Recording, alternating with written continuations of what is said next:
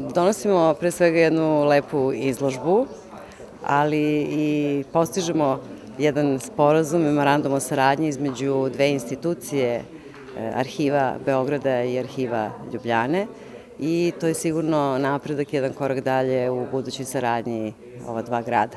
Mi smo se 2010. godine pobratimili upravo u ovoj kući ovde, od tada smo imali brojne projekte, učili smo na iskustvima jednih drugih i mogu da kažem da iskustva koja smo doneli i preneli iz Ljubljane u Beograd je omogućio da ih na adekvatan način primenimo i da poboljšamo standard građana Beograda.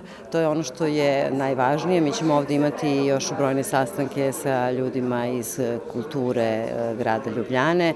Vidjet ćemo da li možemo da se dogovorimo da napravimo još neke nove i drugačije projekte iz oblasti kulture. I ono što ja uvek želim da pomenem, a to je da svake godine autobus sreće iz Beograda dolazi u Ljubljanu, iz Ljubljane u Beograd.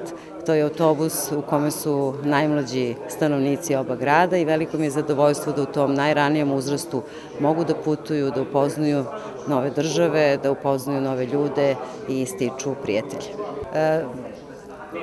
Pa sigurno sam da jedni od drugih možemo mnogo toga da naučimo. Svako ko je iz Ljubljane došao u Beograd ponovo se vratio. Mislim da je to nešto što Ljubljančani i Slovenci generalno jako vole. Mi se lepo družimo, uvek se svi zajedno dobro provedemo i to je još jedan dodatni kvalitet. Sarađujemo naravno dobro i uvek kada je neka prilika oni pokažu sve ono što su sačuvali od tradicije i mislim da ćemo i danas na ovoj izložbi imati jedno takvo udruženje koje će nam pokazati na koji način čuva i neguje srpsku tradiciju. Ja sam zadovoljna, mislim da je sve u najboljem redu i da samo tako treba nastaviti.